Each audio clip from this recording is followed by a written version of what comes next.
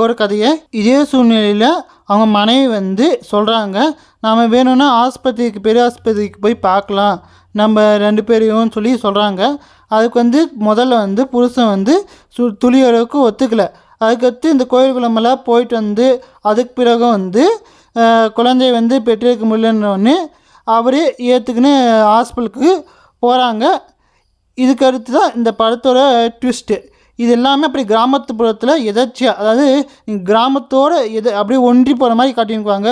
ஒவ்வொரு காட்சியுமே யதார்த்தத்துக்கு நெருக்கமான அளவுக்கு கொண்டு போயிருக்குவாங்க. அப்படியே நீங்கள் அந்த படத்தை பார்த்தீங்களன்னா நீங்கள் அந்த கதையோடு அப்படியே பயணிச்சுனே இருப்பீங்க. அதே நேரத்தில் அந்த கிராமப்புறத்தில் எள்ளி நகர அது அந்த பேச்சு இதெல்லாமே நீங்கள் அப்படியே மூஞ்சி சுளிக்கிற அளவுக்குலாம் இருக்காதுங்க. ரொம்ப நீங்கள் கேஷுவலாக அப்படியே கலந்து போகிற மாதிரியே இருக்குங்க இந்த காட்சிங்கள்லாம். இதுக்கடுத்து சிறிது மாதங்கள் கழிச்சு அந்த பொண்டாட்டி வந்து ஒரு குழந்தைய ஈண்டெடுக்கிறாள்.